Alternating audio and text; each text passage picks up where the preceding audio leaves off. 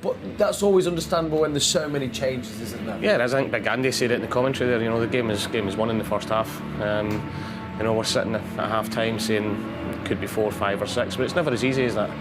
And comfortable, and then Leicester get the goal back, and then you think, oh, it's all right, it's 3-1, but then a couple of little mistakes sneak in, and Ederson has to make a great save from Maddison, then Kelechi hits the post. So it wasn't as comfortable as we thought it was going to be at half time, but the main thing at this stage of the season is getting the 3 points, regardless of how you do it, whether you win 1-0, 2-1 or 5-6, 7-0, it doesn't matter. It's getting the 3 points, put the pressure back on Arsenal tomorrow. Well, that's it. We'll come to that in a second. That closes the gap against 3 points. Haaland was subbed, as we said, at half-time. You always just want to be a little bit worried, but the smile on the face there says that I'm sure it'll be all good come the big game in the middle of the week.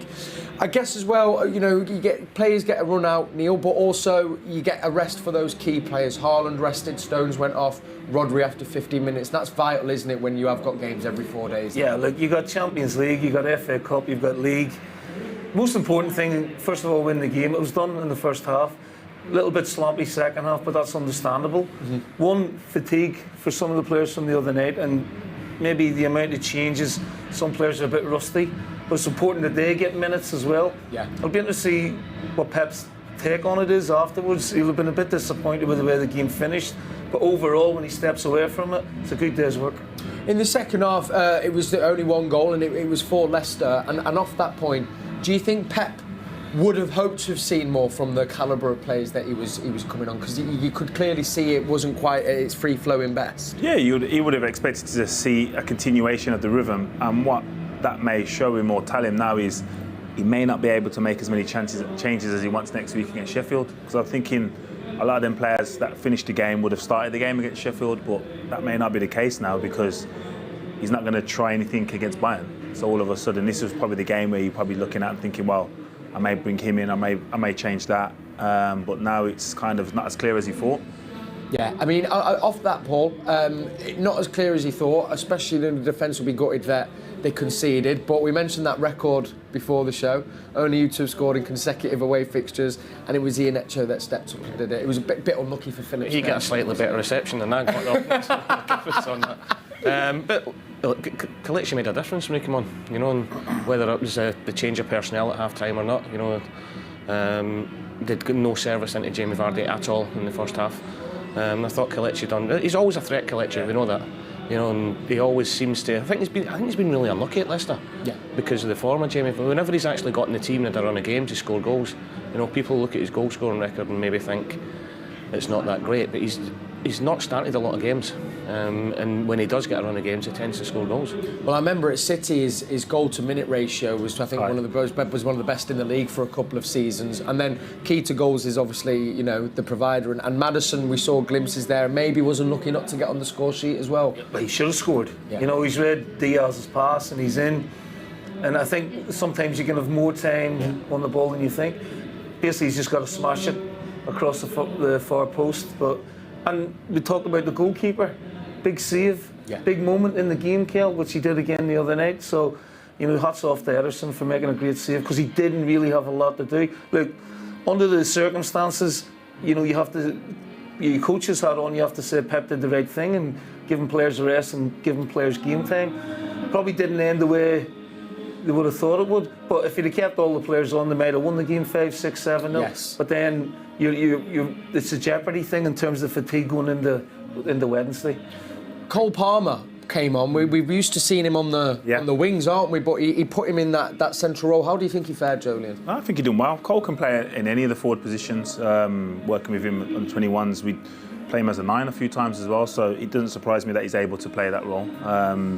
Again, he'd be used to this system throughout his academy life. So he's probably one of the guys that haven't had to adapt it as much as someone over, like, say, Calvin Phillips, who's it's new to.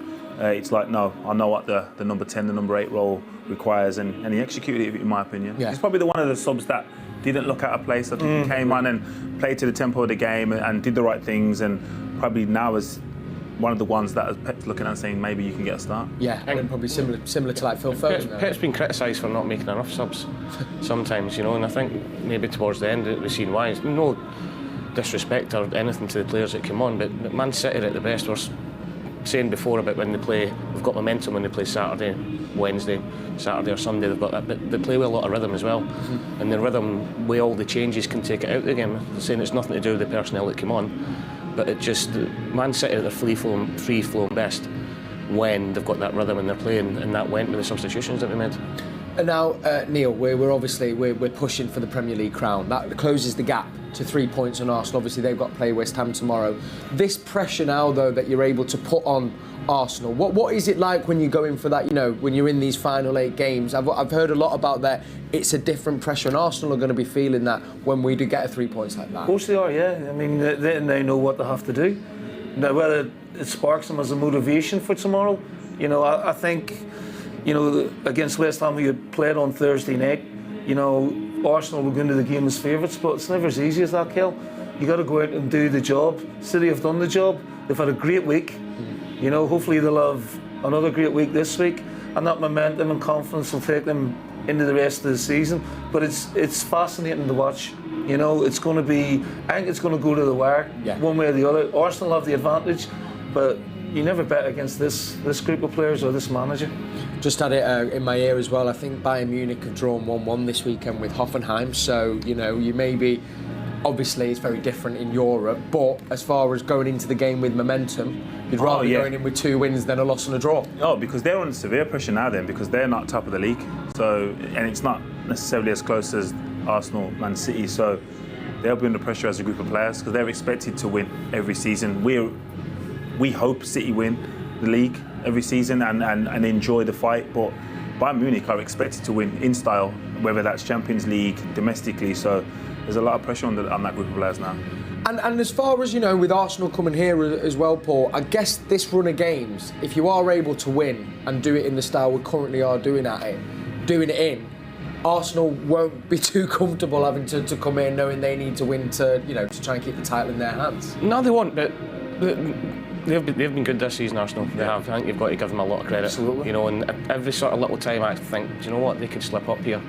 They tend to just go out and win the game again. So I do think it's going to come down to the result here, because the way both teams are playing at the minute, you could see that it's going to be tough, but you could see them, both teams, winning every game from now to the end of the season. So the game here is going to be massive. I know there's big games before that, but I can't wait. Yeah, I mean, I'm sure the atmosphere will be brilliant. I think it's been brilliant at the Etihad all season. What will be going on now in the change room in the build up to Bayern Munich? I'm guessing maybe Pep gives them a little day off, and then it's attention to Munich, isn't it? Rest, recover, plenty of good food, and look forward to another humdinger. Yeah. It's just game after game, Kel. Do you know what I mean? Yeah. It's big game after big game, and that's, as a footballer, it's a dream. Yeah. Isn't it, Joleon? It's a dream.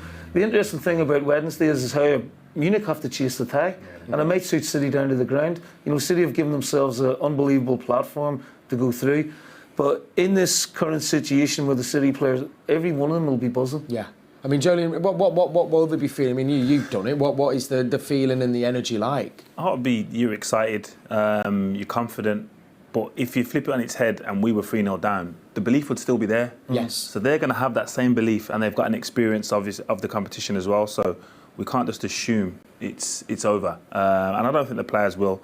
I think what may give Bayern confidence is the second half performance from City. I know it probably won't be the same team, but they're thinking, well, Leicester got kind of back into that with 45. We've got a 90-minute game to kind of pose a threat, but yeah, it's going to be a hell of a game to watch. Bayern are going to have to come after us. And they have to. They're 3-0 down in front of Listen, their own fans. Munich would have had representatives here today, right? And they'd have watched that first half and gone, we got the biggest challenge probably in the last 5-10 years on our hands, like, you know what I mean? The second half's academic because of the changes and the context of the week for City.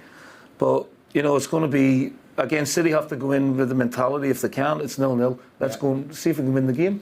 And how important will those, because City fans, you know, when we've been chatting this week and in the build-up, you know, we're very worried, always nervous, you know, and I think how much will the history of this competition help us? You know, you think to Monaco, you think to Madrid. Does that stay in players' minds to go, let's not let that happen again? Does it kind of almost benefit us that it has happened to us in the past? Yeah, I think it would benefit the manager more than anyone. I think players are good at kind of disregarding performances and results from previous eras, and also 90% a different team. Like Bernardo was in that team for Monaco, do you know what I mean? And now he's playing for City, so it's going to be a different mindset going into the game. I think Pep, over the the defeats in the Champions League would have learnt the most and be able to assess what is needed for that game. I can't see us going there and not scoring one, if not a couple of goals. You know, what was the last 6 games? There's been a 6, there's been a 7, there's been 2 4s, and so just 2 one. 3s in the last. Just one. That means they need to score 4, and then you've got it looking at a 4-1 defeat. It's hard. It's hard to see that. It is, but then we said the same against Monaco and we lost shut up, 4 goals. No, I'm just saying. That was a different team. That was City fan. but that was Mbappe and Bernardo Silva. Do you know what I mean? So that was a different team. That's a different team. We had a question come in, Neil. What is it like managing in the Champions League? You know, do you feel the difference from? Oh yeah. I mean, it's special. Yeah. It's a blue ribbon event, and the quality of the player and the quality of the team is exceptional. The pace of the games, Kel, are incredible as well. But just the quality and what it takes out of you, concentration-wise as well as physically. You know, it's just the best blue ribbon event to win. And when you do win it, you're definitely the best team. Although, having said that, Madrid got lucky, and you need a bit of luck, which City haven't had, Kel. Yes. Do you understand what I'm saying? Yes, absolutely. And I'm not trying to cry it in here, but I just think there's a different vibe to this City team. When I watched them on Wednesday night and when I saw the atmosphere here, I just thought, they look really, really on it. And to come away with a 3-0 win against Bayern Munich's awesome. Yeah. Awesome. And they've got experience now to know what needs to be done. And I guess they're the type of things you relish, don't you? This is where Pep says it, you know, this is where you want to be. You know, however it goes out, you want to be competing on all 3 points in the latter stage of all competitions, and that kind of, from there, who knows what can happen. Oh, definitely. This is the kind of pressure you want. There's pressure whenever you play, whatever the circumstances are, but this is the pressure you would choose to be under.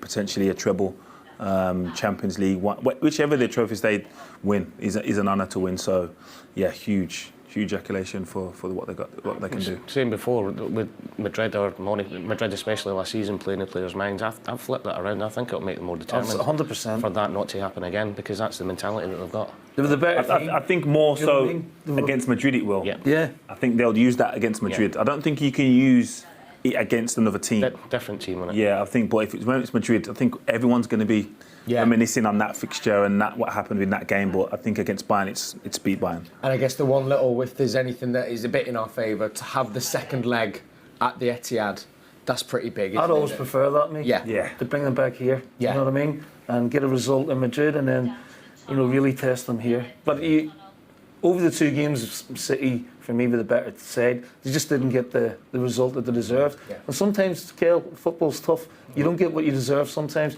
They've got to make it right this year, and that'll be, as Paul says, an extra motivation for them if they need it. Absolutely, gents. I could stay chatting all evening, but we'll wrap it up there. Very exciting, all that chat. Remember, Matchday Live is going to be with you for that big game on Wednesday night, and then it doesn't stop there. There's an FA Cup semi-final on the horizon. We're back to the Etihad South on Saturday, so make sure you join us for that as well. I want to say a massive thank you to Paul Dickov, to Joleon Lescott, Neil Lennon as well. Absolute pleasure. Thank you, sir. And thank you all for watching as well. We can leave you now with the words of Calvin Phillips. Here he is giving us his thoughts at full time, and we'll see you next week.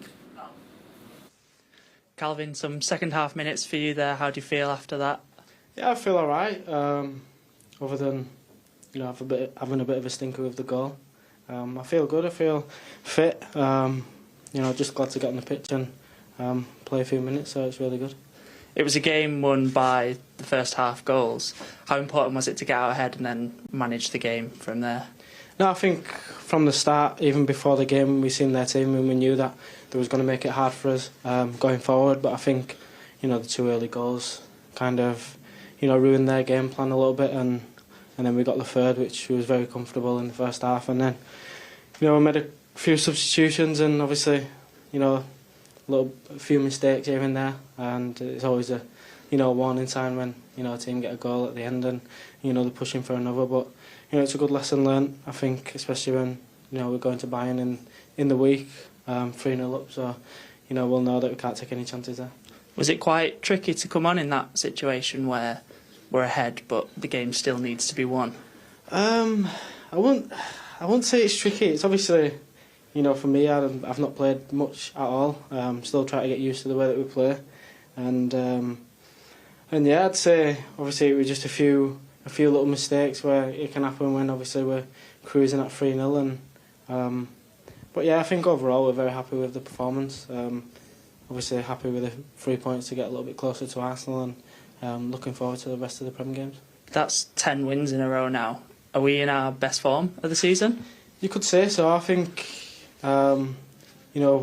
we said it from quite early on that, we've got enough in the dressing room to go on a really good run, and obviously we don't try not to take anything for granted, and we keep just pushing ourselves to become better and better every game and every day in training. So, and if we're not pushing ourselves, then we've definitely got a manager that's going to push us. So, we're in a very good form. Obviously, the lads are buzzing because we're 3 points closer to Arsenal, like I said, and looking forward to the midweek game as well. Just on that John Stones goal as well. Mm-hmm. Have you seen him hit him like that in training? No, he's never hit one like that in training. But no, obviously I'm very happy for John. He's been, unbelievable, and he's been great with me since I've come in here. So, very, very happy for John, and very happy to see him score a goal like that as well. And finally, Bayern on Wednesday night. How do we prepare for that one? What's the mindset ahead of that? I think it's just similar to what we did before the game. I think we know it's always going to be a tough game, especially going away at their place. And even the first 60 minutes at our place, it was a very close game. And I think once we got the second, it kind of opened them up a little bit. But we know how good they are, and we know that they're not just going to lay down for us, even though we're 3-0 up. So it's going to be a very hard game, and we're all looking forward to it. Thank you, Calvin. Thank you. And this time he tries to release Mabude. He'll go early with the delivery. It comes to Borges. What can Carlos Borges do? He can find the route through. Manchester City find a way through. Mabude. Wrecking now. Robertson. Now they equalise. Carlos Borges. It goes to Ashimang. Now Bob again. It's good play from Bob, and a brilliant finish. Oscar Bob. Eyes off the ball there, but then he was determined to win it back, and that is four. Picked up by Taylor. Robertson, and City equalise. Very short with this corner. Helped into the net by Shea Charles. That's a brilliant goal.